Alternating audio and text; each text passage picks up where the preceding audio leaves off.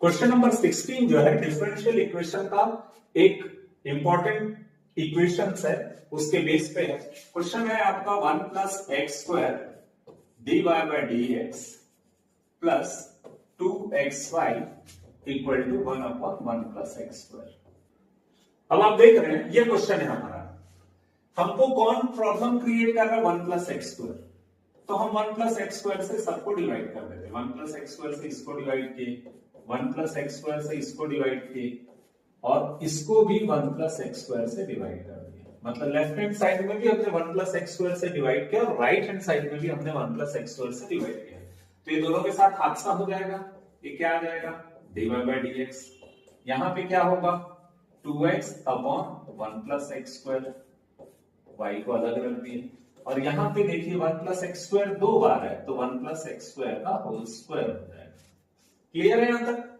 अब आप इस क्वेश्चन को कंपेयर करिए। किससे कंपेयर करेंगे हम? Comparing it with general equation.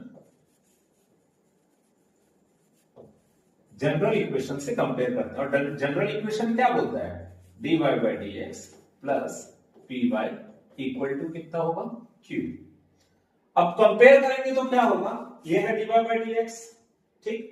y का कोफिशिएंट यहां पे कितना है? 2x upon 1 plus x square. यहां y का कोफिशिएंट कितना है? p।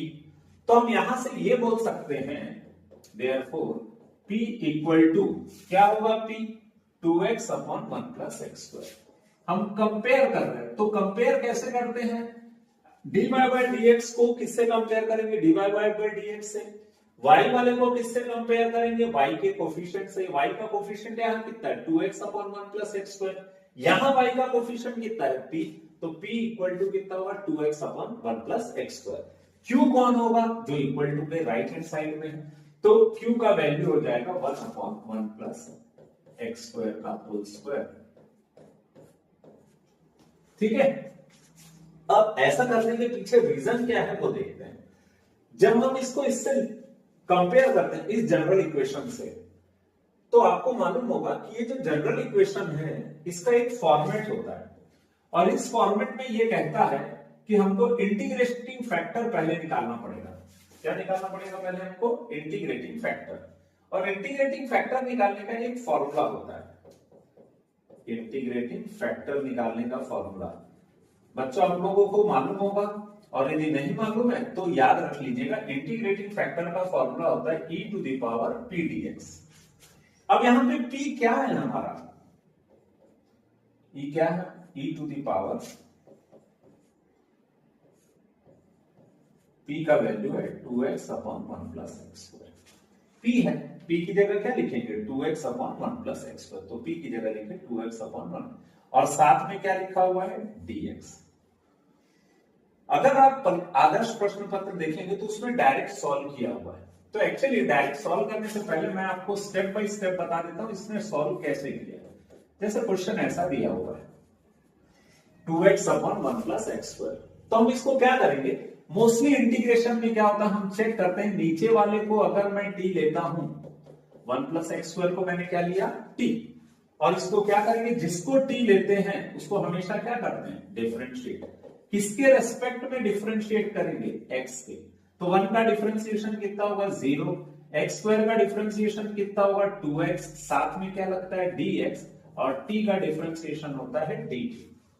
तो अगर आप इसका डिफरेंशिएशन करेंगे तो आपके पास आ जाएगा 2x dx इक्वल टू कितना होगा? dt। तो यहां पर इस क्वेश्चन में एक चीज जो नोटिस करिएगा, 2x dx की जगह पे हम क्या लिख सकते हैं? 2x dx की जगह हम क्या लिख सकते हैं? dt। 1 प्लस एक्स स्क्वायर की जगह हम क्या लिख सकते हैं? t। और 1 बाई टी का integration with respect to t कितना होगा? log t। शायद यहां तक आ गया होगा। तो ये जो क्वेश्चन है इसका आंसर आएगा e टू द पावर, आप इसी को नोटिस कर लीजिएगा या इसको थोड़ा सा इलैबोरेट करके बना दीजिएगा। ये ऐसा सेम ऐसे ही बना दीजिएगा, e to the power log t। फिर आपको एक छोटा सा फॉर्मूला और याद रखना पड़ेगा। e to the power log x होता है एक्स। ई और लॉग ऐसा हम इमेजिन कर सकते हैं कि एक दूसरे को कट कर देता है, ये लॉग की एक प्रॉपर्टी है। तो ई लॉग एक्स को हम क्या लिख सकते हैं, एक्स। तो यहाँ पे ई लॉग टी लिखा है, तो इसको अपन क्या लिख सकते हैं, ई और लॉग एक दूसरे को कैंसिल कर दिए तो हम क्या लिखेंगे, टी। और हमने टी किसको कंसीडर किया था, 1 प्लस एक्स स्क्वायर को। ये जो आपके पास आया है ये है क्या, ये है इंटीग्रेटिंग फैक्टर। तो आपका जो इंटीग्रेटिंग फैक्टर आया वो कितना आया है, 1 प्लस एक्स स्क्वायर। ये चीज को आप याद रखिएगा क्योंकि अब इसकी जरूरत पड़ेगी।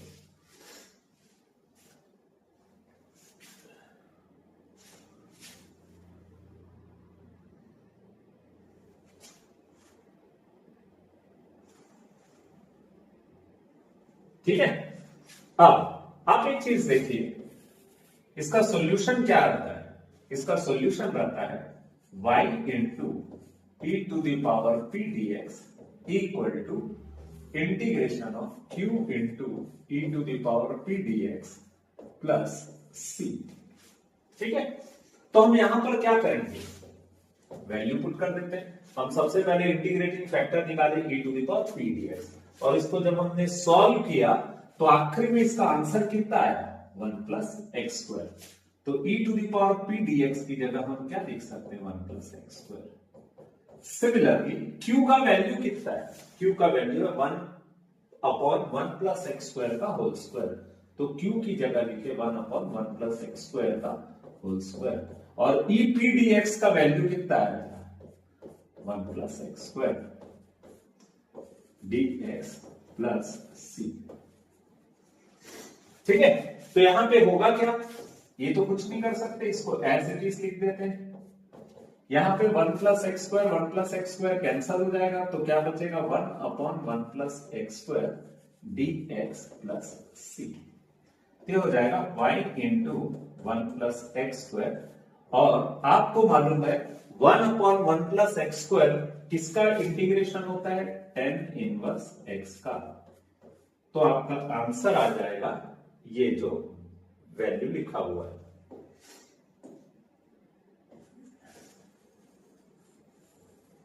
ये क्लियर है आप लोग को, y equal to 1 plus x square tan inverse x plus c। अब यहां पर हमको बुक में दिया नहीं है, परंतु मतलब क्वेश्चन पेपर में दिया नहीं है, परंतु आदर्श प्रश्न पत्र के इतर बुक में ये क्वेश्चन ऐसा दिया हुआ है। अगर आपको c का वैल्यू निकालने बोलता है तो यहां पर y का वैल्यू कंसीडर किया है 0 और x का वैल्यू क्या कंसीडर किया है, 1। तो आपको अगर बोलेगा find the value of c, तो आप कैसे फाइंड करोगे, तो क्वेश्चन में दिए रहेगा आपको, इस क्वेश्चन में नहीं दिया हुआ है, प्रिंटिंग मिस्टेक के कारण होगा। लेकिन मैं उसके आगे का मेथड भी आपको बता रहा हूं, ताकि अगर मान लो क्वेश्चन पेपर में यहां तक आए तो यहीं तक आपको सॉल्व करना है। परंतु सपोज अगर यहां पे दे दिया find the equation, differential equation when at y equal to 0 at x equal to 1, तब आपको क्या करना है, y के प्लेस में आप क्या पुट कर दोगे, 0, x के प्लेस में आप क्या पुट कर दोगे, 1, tan इनवर्स x के प्लेस में 1 प्लस c। अब इससे होगा क्या, 1 प्लस 1 2 होगा, 2 का स्क्वायर 4 होगा, 4 को 0 से मल्टीप्लाई करें कितना आ जाएगा, 0। ये tan इनवर्स 1 यानी कितना होगा, पाई बाई 4 प्लस क्या बचेगा, c। तो c इक्वल टू होगा पाई बाई 4, इधर आके क्या होगा, माइनस पाई बाई 4। क्लियर हो गया होगा शायद, ये c का वैल्यू हमने निकाला माइनस पाई बाई 4। तो हमारा जो इक्वेशन है जिसको हमने अभी फाइंड किया था, ये इक्वेशन क्या हो जाएगा, अब इस इक्वेशन में हम c का वैल्यू पुट कर देंगे। और क्या है c का वैल्यू, c का वैल्यू है माइनस पाई बाई 4। तो जहां पे c है वहां पे हम माइनस पाई बाई 4 पुट कर देंगे, इस c की जगह पुट कर देंगे minus pi by 4। Therefore, required differential equation is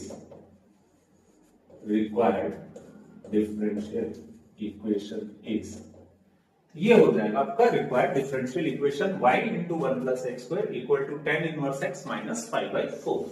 that's it. ये डिफरेंशियल इक्वेशन का इंपॉर्टेंट क्वेश्चन है, इसको अच्छे से कर लीजिएगा बच्चों। 17 क्वेश्चन जो है इनवर्स ट्रिग्नोमेट्री का क्वेश्चन है। tan inverse x plus 1 upon x minus tan inverse 1 upon 2x plus 1 equal to pi by 4।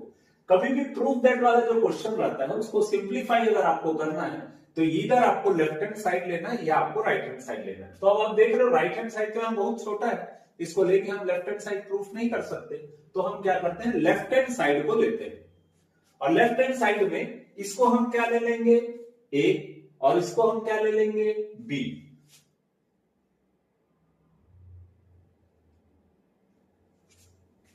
जैसे ये लेफ्ट हैंड साइड है तो tan inverse x plus 1 upon x को हमने a ले लिया और इसको हमने क्या कंसिडर कर लिया b। तब इसमें कौन सा फॉर्मूला लगेगा tan inverse a minus tan inverse b का फॉर्मूला लगेगा। और tan inverse a minus tan inverse b का फॉर्मूला क्या होता है tan inverse a minus b upon 1 plus ab। तो यहां पर हम क्या करेंगे tan इनवर्स फॉर्मूला क्या लगेगा a minus b upon 1 plus ab। ठीक है, तो जहां पे a है वहां पे हम क्या पुट कर देंगे x प्लस 1 अपॉन x, इसको पुट कर देंगे तो ये हो जाएगा a के प्लेस पे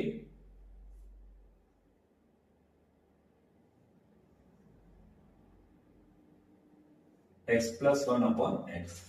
सिमिलरली यहां पर भी a के प्लेस पे क्या हो जाएगा x प्लस 1 अपॉन x। फिर उसके बाद जब हमको b का वैल्यू फाइंड करना है, b का वैल्यू पुट करना रहेगा तो हम b के प्लेस पे क्या पुट कर देंगे 1 अपॉन 2x प्लस 1। क्या पुट कर देंगे 1 अपॉन 2x प्लस 1।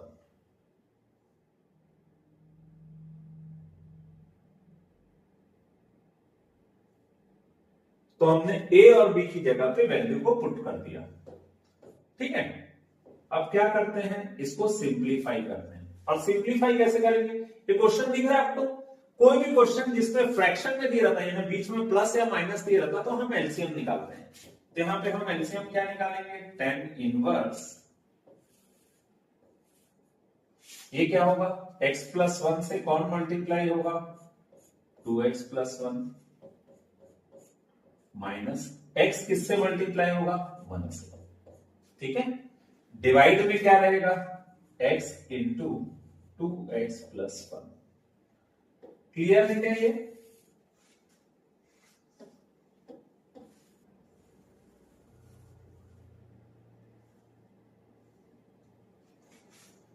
ठीक है, अब अपन क्या करते हैं ये डिनोमिनेटर जो है उसको सिंप्लीफाई करते हैं।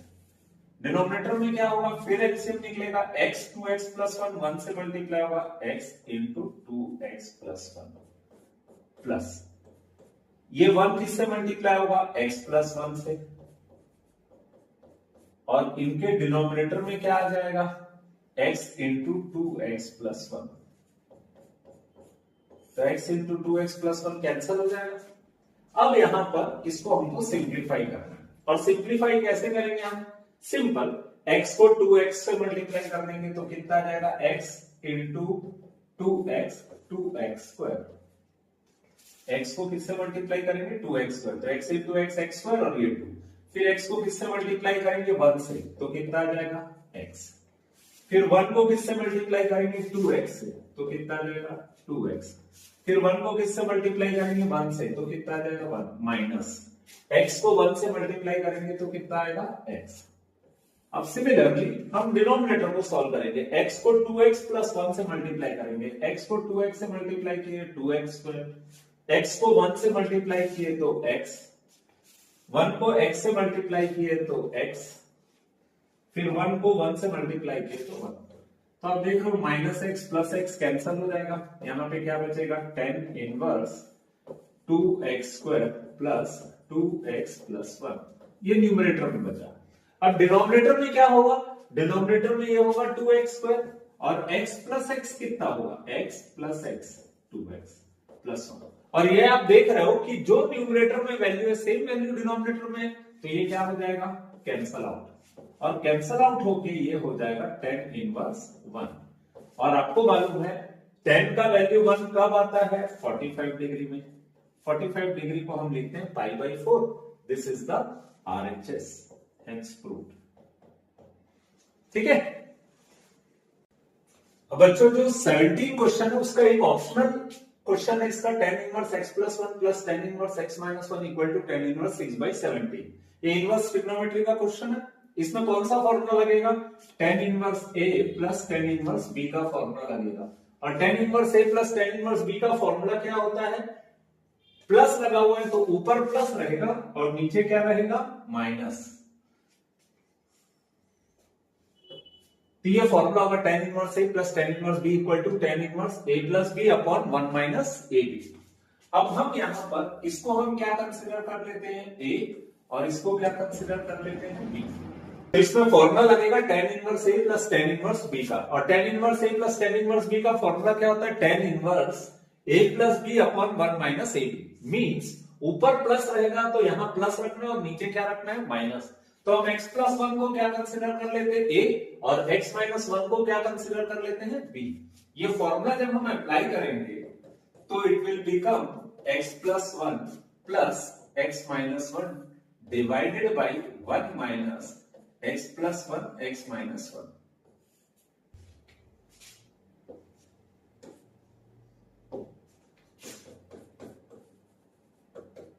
Equal to tan inverse 6/17।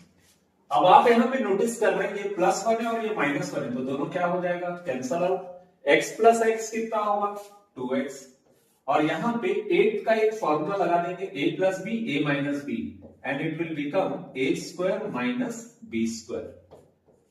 अब इसके बाद बनाना बहुत ही ज्यादा इजी हो गया है क्योंकि हम अब क्या कर लेंगे? कंपेयर कर लेंगे। किसको कंपेयर करेंगे? लेफ्ट हैंड साइड को जब हम राइट हैंड साइड से कंपेयर करेंगे, यहां भी tan इनवर्स है और यहां भी tan इनवर्स है, तो जब दोनों को सेम वैल्यू है तो कंपेयर करेंगे तो ये क्या हो जाएगा? 2x अपॉन, यानी हम ये इमेजिन कर सकते हैं tan इनवर्स क्या हो जाएगा? कैंसल। एक्चुअली ऐसा होता नहीं है पर हम कंसिडर करते हैं अपनी समझने के लिए। इसको कंपेयर करेंगे तो tan इनवर्स हट जाएगा, क्या बचेगा? 2x अपॉन 1 माइनस ये x square minus 1 equal to यहां क्या बचेगा? 6/17।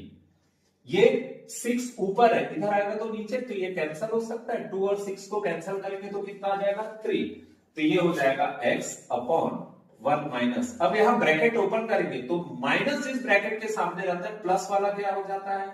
माइनस, और माइनस वाला क्या हो जाता है? प्लस।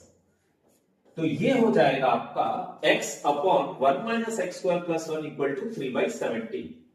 अब यहां पे नेक्स्ट स्टेप में सिर्फ ये ऐसा स्टेप है जिसको हम सॉल्व कर सकते हैं। तो 1 प्लस 1 कितना होगा? 2। अब इसके बाद 2 minus x square equal to 3/17। अब हमको क्या करना पड़ेगा? इसको क्रॉस मल्टीप्लाई करेंगे। 17x से मल्टीप्लाई होगा तो कितना होगा? 17x। और 3 किससे मल्टीप्लाई होगा? 2 माइनस एक्स स्क्वायर से, तो 3 इंटू 2 कितना होगा? 6। 3 इंटू एक्स स्क्वायर कितना होगा? 3x square. अब आप देख रहे हो ये क्वाड्रेटिक इक्वेशन आ गया, और क्वाड्रेटिक इक्वेशन को सॉल्व करने के लिए हमको क्या करना पड़ता है? जो हाईएस्ट पावर रहता है उसको पॉजिटिव बनाना है, लेकिन ये क्या है? नेगेटिव। ये पॉजिटिव कब बनेगा? जब ये अपना डायरेक्शन चेंज करेगा, माइनस से इधर आएगा तो क्या हो जाएगा? प्लस। तो it will become 3x square, then 17 तो बेचारा यहीं पर है तो ये पॉजिटिव रहेगा। अब प्लस 6 जब इधर आएगा तो ये बन जाएगा -6 इक्वल टू 0। तो हमारा क्वाड्रेटिक इक्वेशन एक स्टैंडर्ड फॉर्म में आ गया, x स्क्वायर देन x, जिसमें उसके बाद कांस्टेंट वैल्यू है। तो the quadratic equation will become 3x square plus 17x minus 6 equal to 0। और इसको सॉल्व आप कैसे कर सकते हो? ईदर बाय फॉर्मूला मेथड और by splitting the middle term. तो सबसे इजी रहता है आपके लिए स्प्लिटिंग द मिडिल टर्म। अब मैं इसको स्प्लिटिंग द मिडिल टर्म से अगर करूं तो इसको मैं लिख सकता हूं 18x minus x minus 6 equal to क्या होगा? 0। ये कैसे आ सकता है? आपने 9th क्लास में पढ़ा है स्प्लिटिंग द मिडिल टर्म करने के लिए आपको किसको ब्रेक करना है? बीच वाले टर्म को ब्रेक करना है, 17 को ब्रेक करना। और उसके लिए आप किसकी हेल्प लेते हो? आजू वाले और बाजू वाले की, यानी फर्स्ट और लास्ट टर्म की। तो 3 और 6 को मल्टीप्लाई करेंगे तो हम कितना आएगा? 18। 3 6 कितना होगा? 18। अब 18 को ऐसा लिखना है जिसको प्लस या माइनस करने से 17 है। तो आपको मालूम है 18 को आप क्या लिख सकते हो? 18 minus 1, then it will become 17। ठीक है, तो हमने 18 माइनस 1 लिखा तो ये क्या हो जाएगा? 17। यहां से क्या कॉमन निकाल सकते हैं हम? 3x, तो ये बच जाएगा x प्लस 6। इन दोनों में माइनस है तो माइनस को भी कॉमन निकाल ले, और यहाँ पे कॉमन कुछ भी नहीं है तो हमने सिंपली 1 लिख दिया। और जब भी -1 कॉमन निकलता है तो अंदर के साइन चेंज हो जाते हैं, नेगेटिव वाला क्या हो जाएगा पॉजिटिव, नेगेटिव वाला क्या हो जाएगा positive, then it will become x + 6 and 3x - 1। और इसके बाद तो ये क्वेश्चन हलवा हो गया, क्योंकि हम इसको सॉल्व करना बहुत ही इजी हो गया। हम x + 6 को किसके इक्वल पुट कर देंगे, 0 के, तो x इक्वल टू क्या आ जाएगा -6, 3x - 1 इक्वल टू क्या है 0, तो 3x इक्वल टू कितना होगा 1, x इक्वल टू कितना होगा 1/3। तो आप एक चीज नोटिस कर रहे, कोई भी क्वाड्रेटिक इक्वेशन रहता है उसके हमेशा कितने आंसर आते हैं, 2, because it's highest power is 2। तो यहाँ पे x के 2 आंसर आए, एक आया -6 और एक आया 1/3। This is the answer of this trigonometric. बच्चों क्वेश्चन नंबर 18 जो है वो एप्लीकेशन ऑफ डेरिवेटिव का क्वेश्चन है। इसमें बोल रहा है the volume of a cube is increasing at the rate of 9 centimetre cube पर सेकेंड। मींस एक क्यूब है जिसका वॉल्यूम चेंज हो रहा है, किस रेट से चेंज हो रहा है, 9 सेंटीमीटर क्यूब पर सेकेंड, 9 सेंटीमीटर क्यूब पर सेकेंड। वॉल्यूम का मतलब v, चेंज इन वॉल्यूम मतलब क्या होगा dv, और टाइम के साथ चेंज हो रहा है इसलिए हम इसको क्या लिखेंगे dv/dt। वैसे बच्चों आप इसको इससे भी समझ सकते हो, सेंटीमीटर क्यूब किसका यूनिट होता है, वॉल्यूम का, सेकंड किसका यूनिट होता है, टाइम का, और हम डिफरेंशिएशन पढ़ रहे इसीलिए हमको क्या पढ़ना पड़ेगा, चेंज। तो ये हो जाएगा dv और ये हो जाएगा dt। क्वेश्चन में फिर बोल रहा है if the edge of cube is 10 centimetre, यानी ये जो क्यूब है इसका साइड कितने सेंटीमीटर है, 10 सेंटीमीटर। क्यूब का साइड कितना है, 10 centimetre. Then at what rate the surface area of cube is increasing. तो आपको क्वेश्चन में पूछ रहा है सरफेस एरिया में चेंज किस रेट से होगा। सरफेस एरिया को हम किससे रिप्रेजेंट करते हैं, a से। चेंज हो रहा है, रेट है मतलब किससे डिवाइड करेंगे, टाइम से। एरिया को a और टाइम को t, तो इसको हम फाइंड करेंगे dA/dt। देखते हैं क्वेश्चन को कैसे सॉल्व करते हैं। जो हमको दिया है हम उसी से स्टार्ट करेंगे। हमको दिया क्या है, change in volume of cube, the rate of change of volume of cube, यानी हम पहले वॉल्यूम से स्टार्ट करेंगे। वॉल्यूम ऑफ क्यूब कितना होता है, v = a क्यूब। अगर हम इसको डिफरेंशिएट करते हैं with respect to time, with respect to time, तो ये हो जाएगा dv/dt is equal to d/dt of a cube. a cube का अगर हम डिफरेंशिएशन करेंगे तो क्या होगा, 3 सामने आएगा और 3 - 1 कितना होगा, 2, और साथ में क्या आ जाएगा dA/dt। ठीक है, अब यहां पर हम dv/dt का वैल्यू पुट कर सकते हैं 9, a का वैल्यू कितना है 10, तो यहां से किसका वैल्यू फाइंड हो जाएगा, dA/dt का।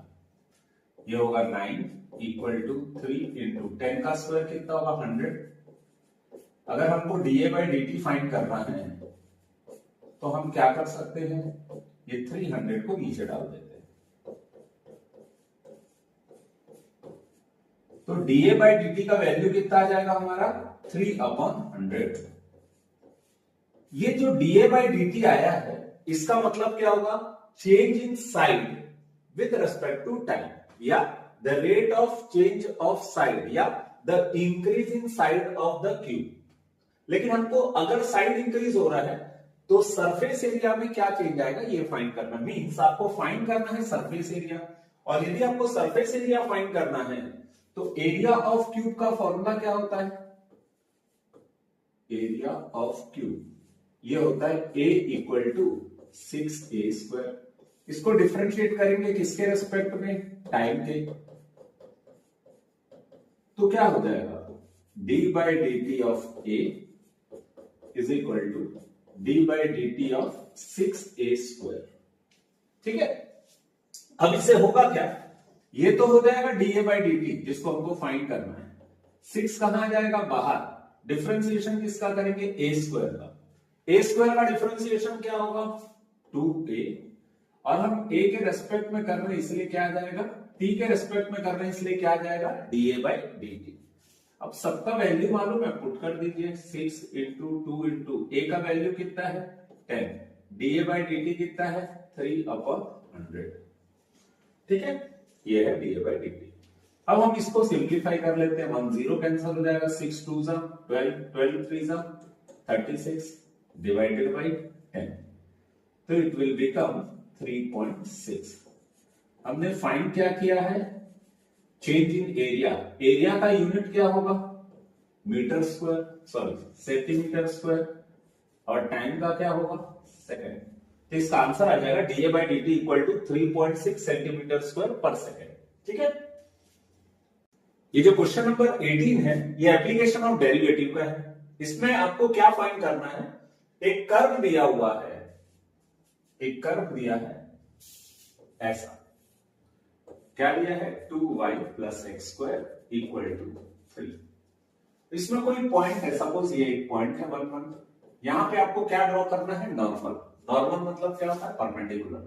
अगर हम इसका टेंजेंट का स्लोप देखें तो टेंजेंट का स्लोप कितना होता है, dy बाई dx। तो जो नॉर्मल है उसका स्लोप कितना होगा, सिंस ये दोनों एक दूसरे के परपेंडिकुलर रहते तो इसका स्लोप कितना होगा, -1/dy बाई dx। ये शायद समझ आ गया होगा। अगर आपको मालूम है कि नॉर्मल का इक्वेशन निकालना है, equation of normal to the curve, किसी भी कर्व पे अगर आपको नॉर्मल का इक्वेशन फाइंड करना है, पासिंग थ्रू द पॉइंट, किस पॉइंट से पास हो रहा है, यहां पे 1 1 से, पासिंग थ्रू द पॉइंट 1 1। तो आपका जो कर्व है वो एक पॉइंट 1 1 से पास हो रहा है। तो जिस पॉइंट से पास होता है उस पॉइंट को हम क्या कंसीडर करते हैं, x1 y1। यानी कि स्ट्रेट लाइन कहां से पास हो रहा है या नॉर्मल कहां से पास हो रहा है, x1 y1 से। तो इसका इक्वेशन क्या होगा, y minus y1 equal to -1 upon dy by dx x minus x1।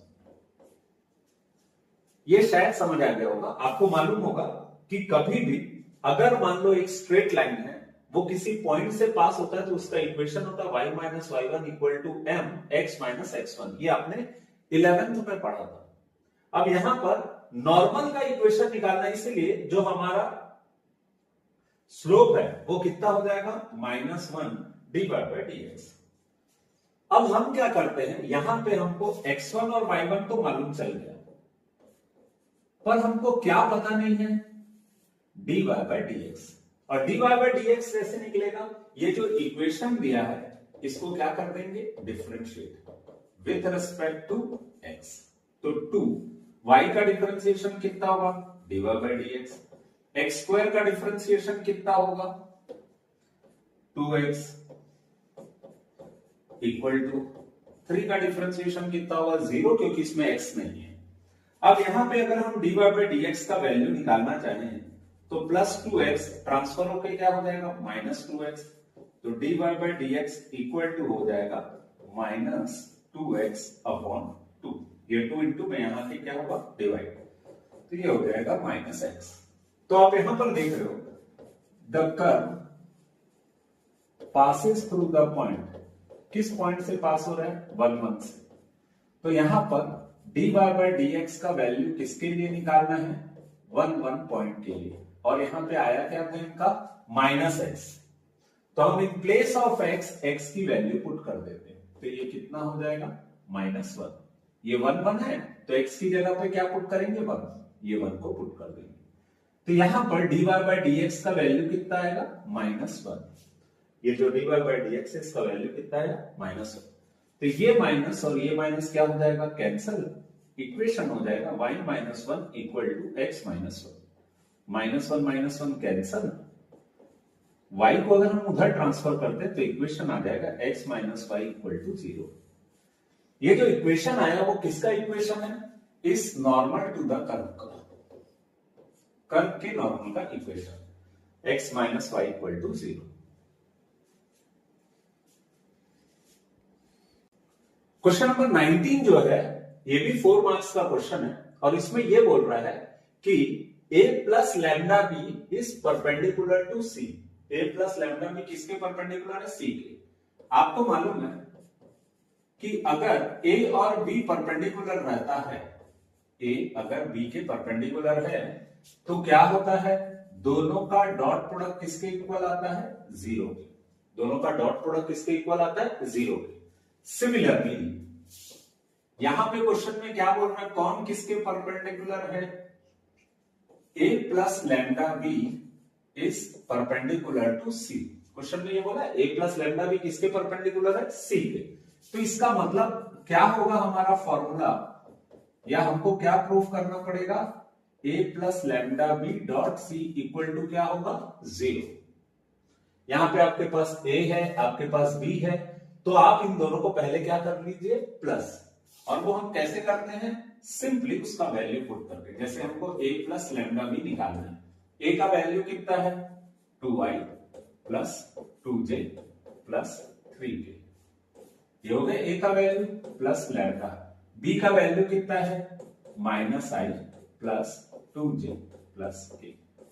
यहाँ पे a प्लस लैम्डा बी का वैल्यू। इसको अगर हम सिंप्लीफाई करें तो सिंप्लीफाई कैसे करेंगे? इसको ब्रैकेट को ओपन कर देते हैं। जैसे हमने इसके ब्रैकेट को ओपन किया, इसके सामने कुछ नहीं है तो ये एज इट इज आ गया। इस ब्रैकेट के सामने लैम्डा है तो लैम्डा को अंदर मल्टीप्लाई कर देते हैं। वो हो गया माइनस लैम्डा है, इससे मल्टीप्लाई करेंगे तो आएगा 2 लैम्डा जे प्लस लैम्डा के। तो अब दोनों वैल्यू को एक साथ ला दीजिए। पहले एक साथ आ गए आई वाले वैल्यू, अब हम जे वाली वैल्यू को एक साथ लिख देते हैं, फिर हम के वाली वैल्यू को एक साथ लिख देते हैं।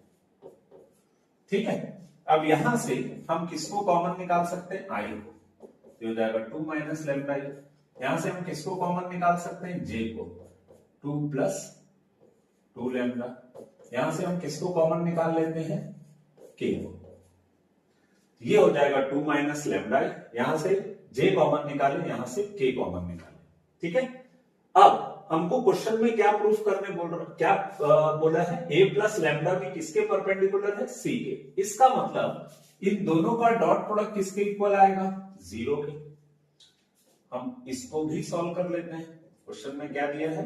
a plus lambda B is perpendicular to C. तो a plus lambda B plus C equal to कितना आएगा? जीरो।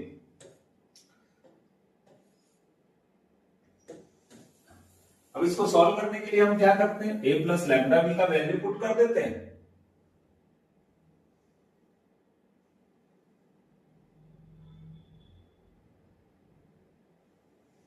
ठीक है।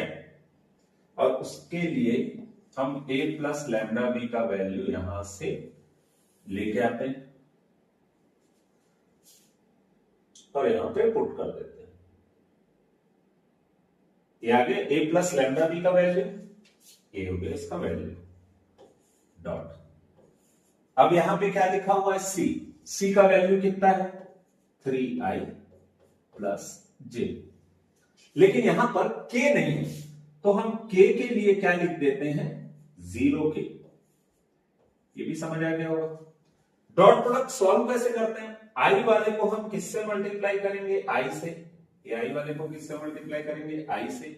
j वाले को किससे मल्टीप्लाई करेंगे? j से। और k वाले को किससे मल्टीप्लाई करेंगे? k से। तो जब i का कोफिशिएंट 3 है वो इससे मल्टीप्लाई होगा तो ये क्या आ जाएगा? ये क्या आ जाएगा? 2 माइनस लैम्डा इंटू 3। कितना आएगा?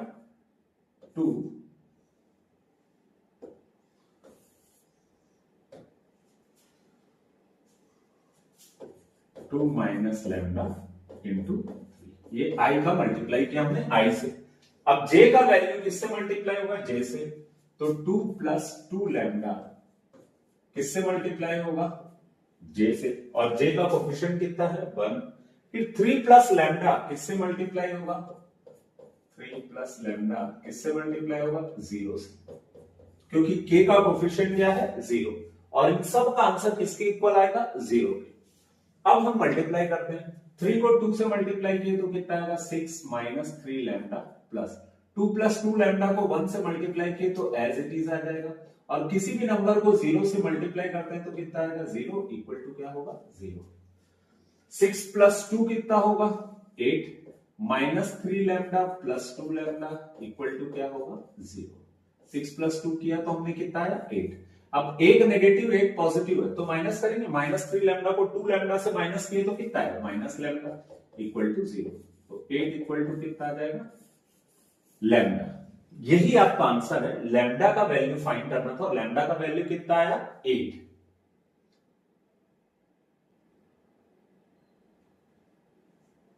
फोर मार्क्स का एक और क्वेश्चन है, prove that this and this are coplanar. ये तीनों को क्या प्रूफ करना है कोप्लेनर। अब यहां पर हमको जो OA दिया है इसको ओरिजिन के साथ कंसीडर करते हैं, तो OA का वैल्यू कितना होगा -2i plus 3j plus 5k। OB का वैल्यू कितना होगा i plus 2j plus 3k। Similarly OC का वैल्यू कितना होगा 7i plus OJ minus k। ठीक है, अब हम यहां पर अगर AB फाइंड करें, AB तो AB कैसे फाइंड करते हैं, आप लोगों ने 11th में पढ़ा है OB माइनस OA, यानी final position minus initial position. Final position आपका B है और इनिशियल पोजीशन आपका क्या है OA। तो हम क्या करते हैं इसकी वैल्यूज को लिख लेते हैं। OB का वैल्यू कितना है -2i प्लस सॉरी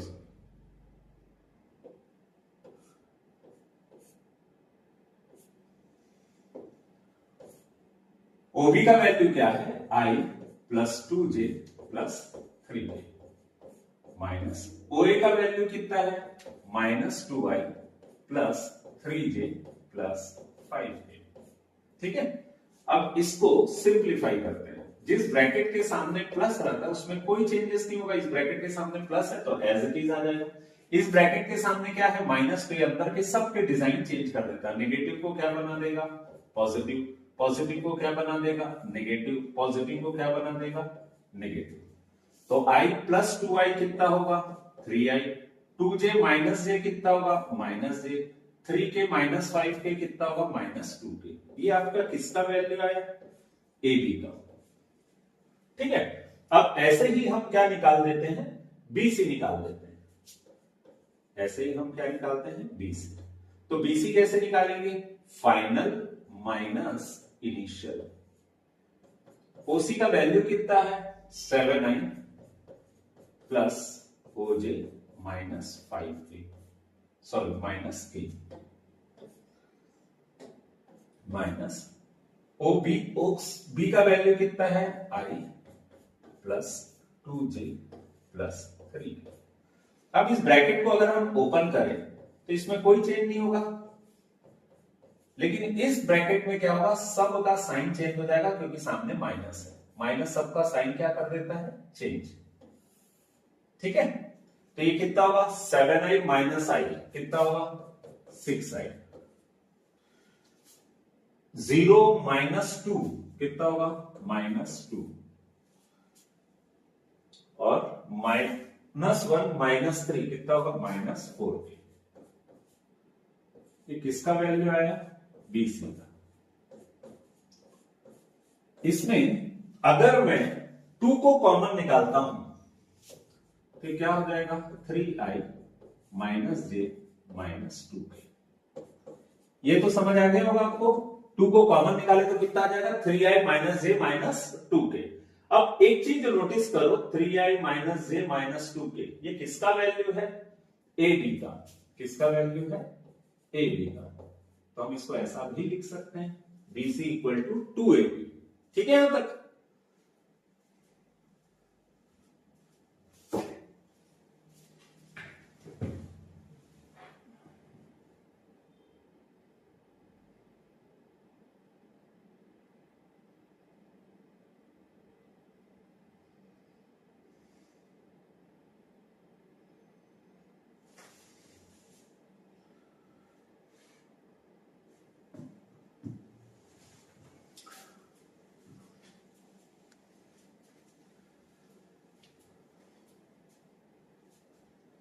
ठीक है यहां तक। अब BC equal to 2AB show हो रहा है, इसका मतलब these points, these vectors are parallel to each other। क्योंकि कभी भी अगर पैरेलल टू ईच अदर। अब एक चीज समझिएगा, जैसे सपोज ये ए बी है और ये क्या है बी सी, तो आप देख रहे हो ए बी का ये क्या है ऑलमोस्ट डबल है, दोनों का साइन भी क्या है प्लस है, मतलब दोनों का डायरेक्शन भी क्या है सेम। तो ए बी और बी सी दोनों एक दूसरे के क्या होंगे पैरेलल। कभी भी ये याद रखिएगा अगर कोई स्केलर से मल्टीप्लाई हो रहा है मतलब both the vectors are parallel to each other, ये दोनों वेक्टर एक दूसरे के क्या होंगे पैरेलल। यहां तक का केस तो आपको समझ आ गया होगा, लेकिन आप इसमें एक और चीज नोटिस कर रहे हो, दोनों में एक पॉइंट कॉमन है दैट इज बी। इसका मतलब ये पैरेलल तो होंगे ठीक है, but they are having common point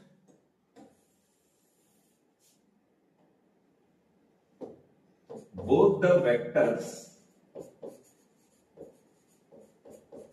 are having common point B, और कॉमन पॉइंट क्या है उनका B, common point B, therefore the 3 points are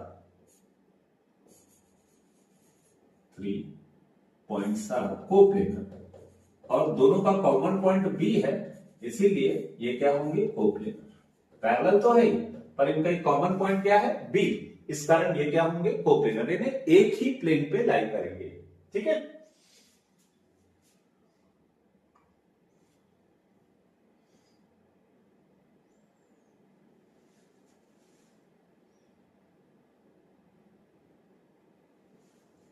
next integration का जो क्वेश्चन है cos 2x upon cos x plus sin x। इस question में हम क्या करते हैं, हमको फॉर्मूला मालूम है cos 2x का, क्वेश्चन है हमारा cos 2x upon cos x plus sin x। ठीक है, तो अपन क्या करेंगे cos 2x का फॉर्मूला लिख लेते हैं। cos 2x का फॉर्मूला क्या है cos square x minus sin square x। हम इस फॉर्मूले को इसकी जगह पे पुट कर देते हैं। In place of cos 2x हम क्या पुट करेंगे cos square x minus sin square x। अब बच्चों इसके बाद का स्टेप क्या हो सकता है वो तो देख के ही समझ आ गया होगा, क्योंकि इसमें कौन सा फॉर्मूला लगेगा जो सबसे अधिक यूज होता है a square minus b square का, और ये फॉर्मूला क्या बोलता है a minus b a plus b, क्या बोलता है a minus b a plus b. अब यहां से cos x plus sin x numerator में भी है और डिनोमिनेटर में भी है, तो ये दोनों क्या हो जाएंगे कैंसल आउट हो जाएंगे। तो i इक्वल टू कितना आएगा cos x minus sin x, i equal to कितना आएगा cos x minus sin x। अब इसको इंटीग्रेट करना एकदम हलवा हो गया, क्योंकि cos x का इंटीग्रेशन क्या होता है sin x, और sin x का इंटीग्रेशन क्या होता है माइनस cos x। तो आंसर आ जाएगा sin x plus cos x। बस इतना सिंपल क्वेश्चन था ये इंटीग्रेशन का। क्वेश्चन नंबर 22 जो है ये प्रोबेबिलिटी का क्वेश्चन है ना। इसमें क्या बोल रहे हैं, दो बैग है A and B containing 8 green and 9 white ball. एक बैग है A, इसमें कितने ग्रीन बॉल है 8, कितने व्हाइट बॉल है 9 व्हाइट बॉल। फिर एक सेकंड बैग है बी और उसमें कितने ग्रीन बॉल है 5 क्या है ग्रीन बॉल, और 4 क्या है व्हाइट बॉल। ठीक है, one ball is drawn at random from one of the bag. इन दोनों में से किसी भी एक बैग से बॉल निकाला गया and it is found to be green, और हम जो बॉल निकाले वो क्या है green. Find the probability that it is drawn from bag b. अब अगर हमने ग्रीन बॉल निकाल लिया तो हमको क्या बताना है वो किस बैग से निकाला गया है, सेकंड बैग से निकाला गया है, ये हमको बताना है। तो ये कौन सा प्रोबेबिलिटी है conditional probability. It is an example of conditional probability. और कंडीशन क्या है, आपने ग्रीन बॉल निकाल लिया है लेकिन वो किससे निकाला है सेकंड बैग से निकाला है, ये आपको प्रूफ करना है। ठीक है बच्चों, तो यहां पर हम दो इवेंट लेते हैं। पहला इवेंट क्या है चूजिंग बैग ए,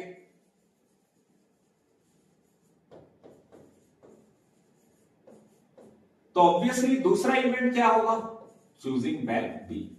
अब हमारे पास बैग कितने हैं 2, हमारे पास बैग कितने हैं? 2।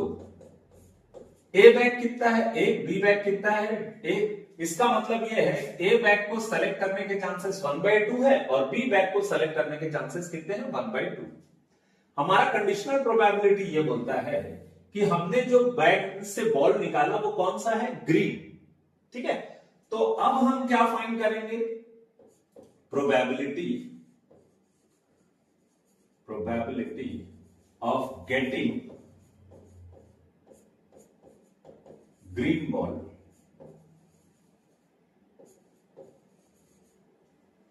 पहला कहां से निकालेंगे? फ्रॉम बैग ए। अब ग्रीन बॉल को निकालने को हम क्या कंसीडर कर लेते हैं? एक इवेंट कंसीडर कर लेते हैं, drawing green ball. Drawing green ball, वो चाहे किसी भी बैग से निकाले, हम ए बैग से भी निकाल सकते हैं और बी बैग से भी निकाल सकते हैं। तो ग्रीन बॉल को निकालने को एक इवेंट कंसीडर करते हैं और उस इवेंट को क्या नाम देते हैं? ए। अच्छा सॉरी, ए और बी बैग का नाम है, इसलिए अपन ए और बी देने से अच्छा क्या दे देते हैं? उसको कुछ और नाम दे देते हैं,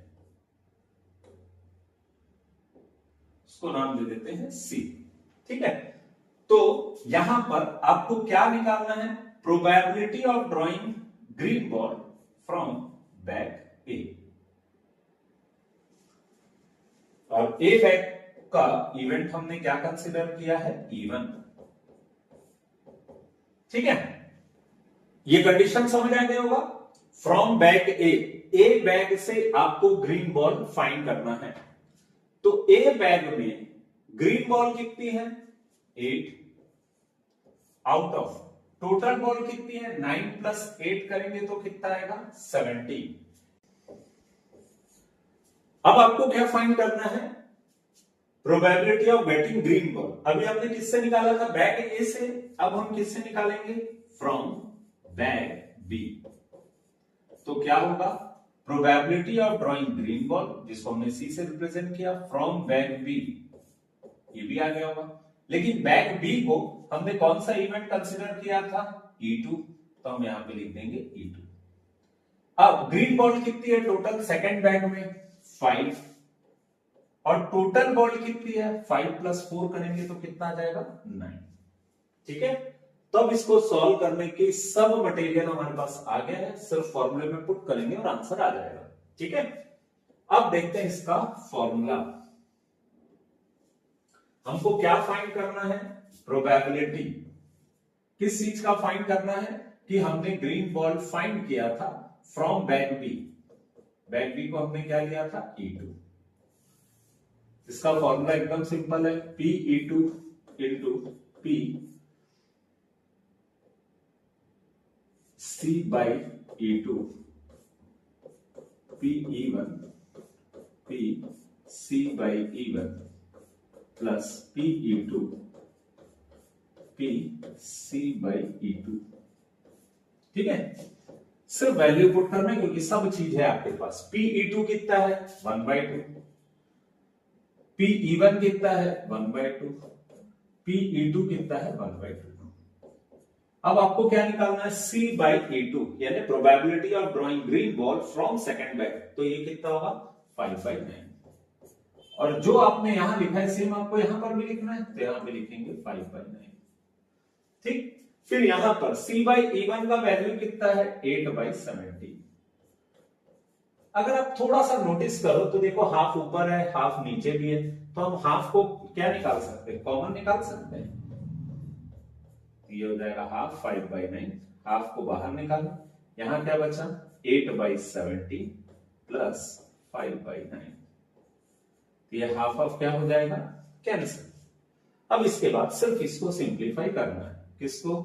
5/9 अपॉन 8/17 प्लस 5/9। अब इसको सिंप्लीफाई करने के लिए हमको क्या करना पड़ेगा? सिंपली इसका एलसीएम फाइंड करना पड़ेगा, और एलसीएम फाइंड करना इजी है।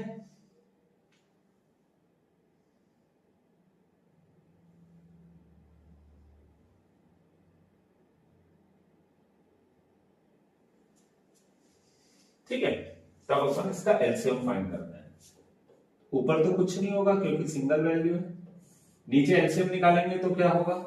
17 इंटू 9। 9 किससे मल्टीप्लाई होगा? 8 से। 17 किससे मल्टीप्लाई होगा? 5 से। ये हो जाएगा 5/9 डिवाइडेड बाई 8 9 का कितना होगा? 72। 17 5 का कितना होगा? 85। अब 17 इंटू 9 कितना होगा उसको करने की जरूरत नहीं है, 153 होता है, लेकिन क्योंकि 9 और 9 क्या हो सकता है? कैंसल। हम इसको सिंप्लीफाई ऐसा करेंगे, ये हो गया 5/9 डिवाइडेड बाई 72 और 85 को प्लस करते हैं, 7 5 + 2 7 8 + 7 15। अब यहां पे है 17 इंटू 9, तो हम इसको लिख सकते हैं 5/9 इंटू डिवाइड है, जब डिवाइड को हम इंटू करते हैं तो रेसिप्रोकल हो जाता है, 17 इंटू 9 डिवाइडेड बाई 157। 9 9 क्या हो जाएगा? कैंसल। 17 5 का कितना होगा? 85 अपॉन 157। तो ये होगा इसका answer, probability of getting green ball from second bag कितना होगा? 85/157। प्रोबेबिलिटी का नेक्स्ट क्वेश्चन है जो बोल रहा है 2 cards are drawn successively with replacement from a well shuffled deck of 52 cards. इसका मतलब है एक अच्छे से फेटा गया है, शफल किया हुआ प्लेइंग कार्ड्स है जिसमें 52 कार्ड्स होते हैं, उसमें से 2 कार्ड्स को एक के बाद एक निकाला गया। हमने कार्ड को अच्छे से शफल किया और उसमें एक के बाद एक 2 कार्ड निकाला गया, लेकिन इसमें ये लिखा हुआ है विथ रिप्लेसमेंट, यानी जैसे हमने फर्स्ट कार्ड निकाला और हमने देखा उसका कुछ वैल्यू आया, मतलब इक्का दुक्की तिक्की जो भी आया उसको हमने देखा और उसके बाद उसको रख के फिर शफल किया और फिर सेकंड कार्ड निकाला। मतलब कार्ड जो हम निकाल रहे हैं एक के बाद एक निकाल रहे हैं और उसको वापस रख रहे हैं उसमें। अब ये बोल रहा है find the probability distribution of number of aces. तो एस आने की प्रोबेबिलिटी क्या होगी? तो इसके लिए हमको क्या बनाना पड़ेगा? Probability distribution table. इसमें एस आना एक रैंडम वेरिएबल है, तो हम यहां पे उस रैंडम वेरिएबल को किससे रिप्रेजेंट करेंगे? एक्स से। हो सकता है हमने शफल किया तो एक भी एस नहीं आया, हो सकता है हमने जब शफल करके 2 कार्ड निकाला तो उसमें से एक एस आया, हो सकता है हमने शफल करके निकाला, हमारी किस्मत बुलंद है और दोनों एस आ गए। तो इतनी सारी कंडीशन हो सकती है, इसी डिस्ट्रीब्यूशन को आपको निकालना है। क्वेश्चन का मतलब समझ आया? एक बार फिर से समराइज कर रहा हूं मैं। हमने प्लेइंग कार्ड को शफल किया और उसमें एक एक करके 2 कार्ड निकाले। अब आपसे पूछ रहा है क्वेश्चन में कि उसके एस आने की प्रोबेबिलिटी कितनी है। तो हो सकता है हमने जो शफल करके पेज निकाला उसमें एक भी एस ना आए, ये हो सकता है एक एस आ जाए, ये भी हो सकता है कि हमारी किस्मत बुलंद हो और दोनों के दोनों एस आ जाए। ठीक है, तो हमको क्या निकालना है? प्रोबेबिलिटी डिस्ट्रीब्यूशन निकालना है। किसके लिए? एक भी एस नहीं आने के लिए, एक एस आने के लिए और दोनों एस आने के लिए। ठीक है, तो सबसे पहले प्रोबेबिलिटी ऑफ ड्रॉइंग एस निकालते हैं। Probability of drawing N S,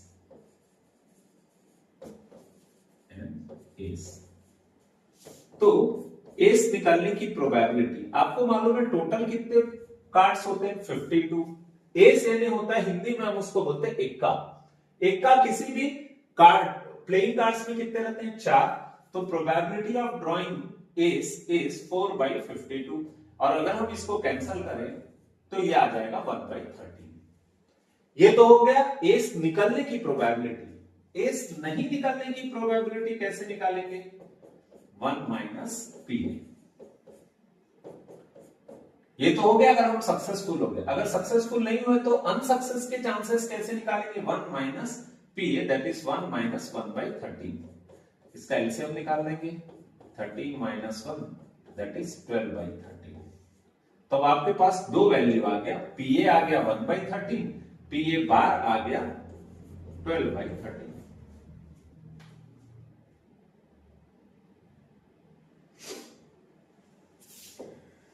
now अब हम क्या करते हैं? x = 0, ये पहला कंडीशन।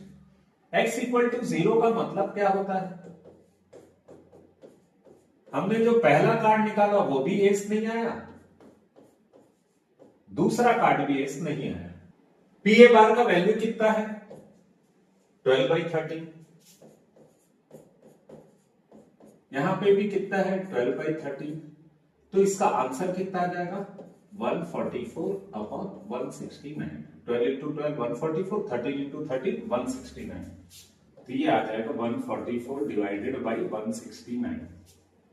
उसके बाद अब नेक्स्ट कंडीशन क्या है सेकंड, जब एक बार एस आए तो ये कंडीशन क्या हो सकता है, इसका मतलब ये है कि अगर हमने पहली बार पत्ता निकाला तो क्या हो सकता है एस आए और दूसरी बार एस ना आए,